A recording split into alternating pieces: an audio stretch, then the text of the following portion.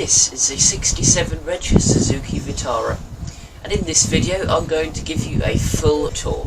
I'm Al, and you're watching Family of 3 TV, as they fly by the bin. Some of the really cool, stylish features that I love about this car, although there is plenty that I love about this car, just for the record. I love the way how you sit really high with this. You can see the huge front here, gives you a really nice big high driving presence. Loving this badge here, which is nice and shiny. This venting bit here does add some extra muscle and style to it, though it is fake. This bit here isn't though, and that does still allow cooling to take place in the engine. Another great feature, LED daytime running lights, love that, and fog lights coming on this car as well, another great thing. Woohoo. So I love these big aggressive headlamps here. This car just has a lot of bulky style. So, moving along the side profile here, yet more style. Big chunky door mirrors here, which are both electrically heated and electrically adjustable. There's a design crease in the going along the doors here, which flows really nicely, and I think does add such great contemporary style. Also, just like to point out the turquoisey metallic paintwork, absolutely beautifully sparkling in this glorious sunshine which we're experiencing at the moment. Roof rail up here. Also, just like to draw your attention up here, grey alloy wheels. I think they look absolutely brilliant. Big chunky door handles. And the only other thing to point out is, of course, the privacy glass for the back windows here, which yet again are very stylish. Of course, adds privacy just in case you've got some important figures such as Pope Francis in the back of your car. Why I use that example, I do not know. So, moving along to the back here, once again, it is absolutely sensational, the style on this Suzuki badge here, the way it has Suzuki and Vitara, glistening back here. I also love the aggressive looking tailgate lights on the back here, and of course something that does please me very much are the reversing lights, which are on both sides, which helps increase symmetry down the centre of this boot. It really does rather annoy me when you get certain cars that have a reversing light on one side and a fog light on the other, but thankfully fog lights down here at the back. Privacy glass once again here, and this also has heat strips on it so it demists when it's misty. This is where your jet of windscreen wash comes out of, and you have also got a reversing camera just here, which I can show you as I open the tailgate door. There you go, just there. Lift this up. What do we find in here? In the boot here then, we find masses of space, including some very sneaky wells in the side here, and that there's also one on the other side as well. Also on this side here we find a hook, and on the other side to that we find a 12-volt socket.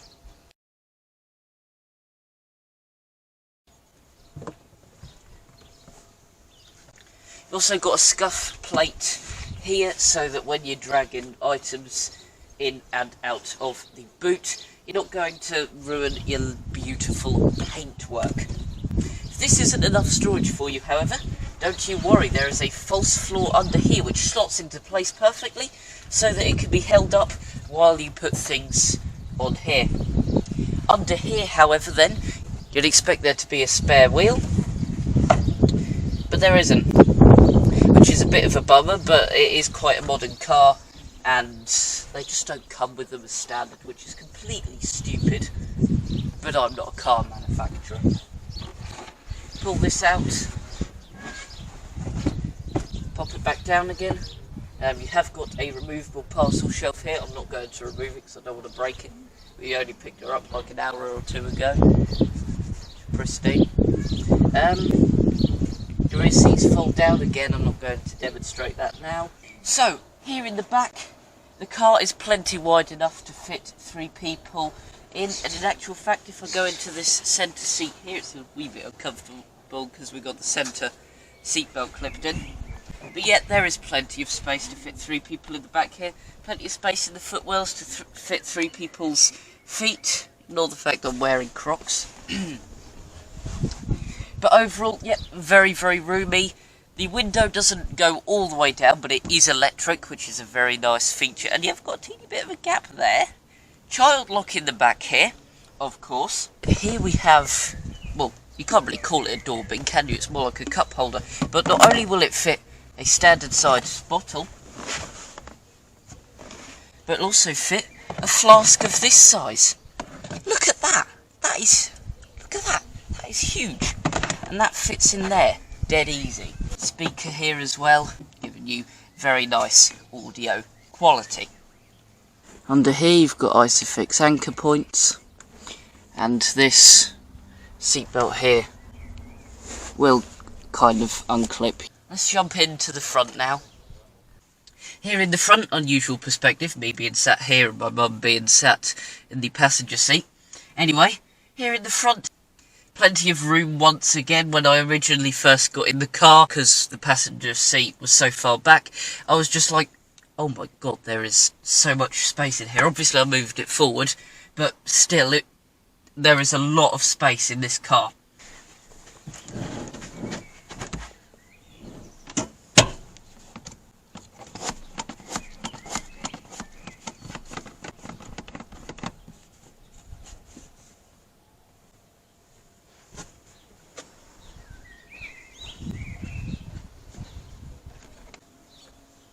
Got a leather wrap steering wheel here.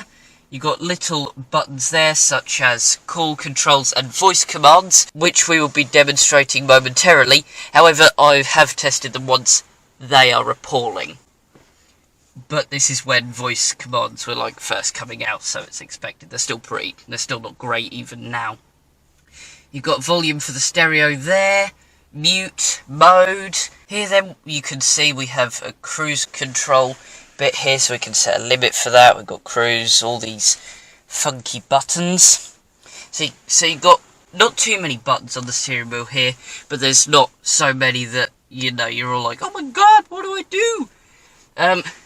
Touchscreen infotainment system. I've never been more excited about something like that in my life. Again, we'll be showing that in a few moments' time. Digital screen here, which usually displays the climate stuff. Further down, taking out the hot shoe, further down we have a USB socket and a 12-volt socket. Here then, that's usually a section where you put your phone. As you can see, my phone fits perfectly in there. Slightly smaller section there, which my phone doesn't quite fit into, but it's still very useful for putting something like CDs. Gear stick, little tray there again, I don't know what you put in that. Square cup holders, don't know what that's all about, but it fits this in here, and you could probably fit maybe 2 of these in here, I don't know. But yeah, standard water bottle fits in all 3 of these compartments. This flask doesn't quite fit in this one, and it most definitely will not fit in those ones. But standard water bottle fits in all 3, dead easy. Really lots of storage in here. Another bit of storage I'd just like to point out. If you could just face the door bin over there. Lovely. As you can see here, cup holder here again fits this sort of water bottle dead easy. And once again, I'm sure it will fit the flask. Yes, it does. Also got some extra room for some CDs in there as well. And yeah, looking up here at the dash then, you've got the venting for the heating / air conditioning. The air conditioning does actually work. First car that I've had that has that.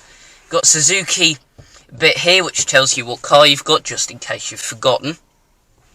And this is how you adjust the volume. Now I must admit, on this infotainment system, adjusting the volume like that is fairly awkward. There's no physical dial for it. You literally just have to press that up or down, especially if you're a driver. Sure, you got the buttons on here, let's say you forget about them, so you got to just keep pressing the screen. It's really awkward. Sorry, I got a bit angry there, didn't I? Looking at the driver's display here, got a little digital screen there which tells you when to shift gears, but don't pay attention to that because it's absolutely completely diabolical. It also tells you how much energy you're saving when you lift off the accelerator. Speedo is that side, and then you've got your revometer there. So you've got the window for the driver's door, passenger door, and the two rear windows. You can then alternate between left and right door mirror adjustments, and you can even see a little heated symbol in there. I hadn't even noticed that before. Very snazzy indeed. You can lock the car by just pushing that across, although I won't right now. Fog lights, traction control off, and that button there. And then, in usual fashion, Suzuki have decided, well, you didn't opt for an extra option, so we're just going to give you a blank button which does bugger all. How charming. Nice big light up vanity mirror. Put this down here, you've got somewhere to put a card, which would be very helpful for your car parking ticket. Indeed, I shall put it there very soon.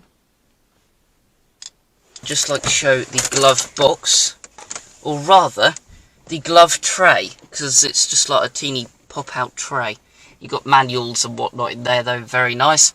One other thing I just would like to point out, which again fits with the metallic paintwork theme, although this is a silvery grey colour, it's still, again, metallic paintwork, and by God, it looks amazing.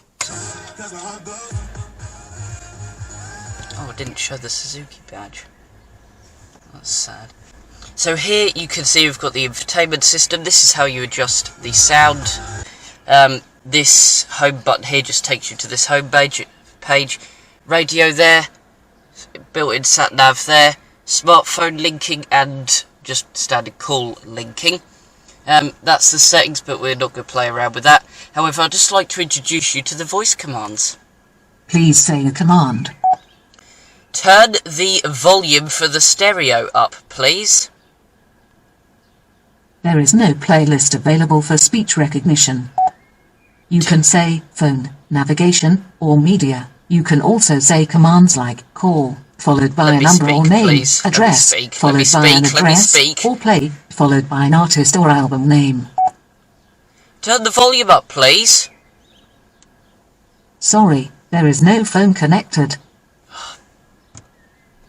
There you go, then. There you go, that is a 67 reg Suzuki Vitara. Hope you enjoyed this video. If you did, give it a like. Don't forget to at least consider subscribing and ding that bell so you get notified on all future uploads. For now, ladies and gents, cheerio. Thanks for watching. We hope you enjoyed this video. If you did, give it a like. And click here to subscribe. Don't forget to check out this other great video. We'll see you next time. Bye. Bye.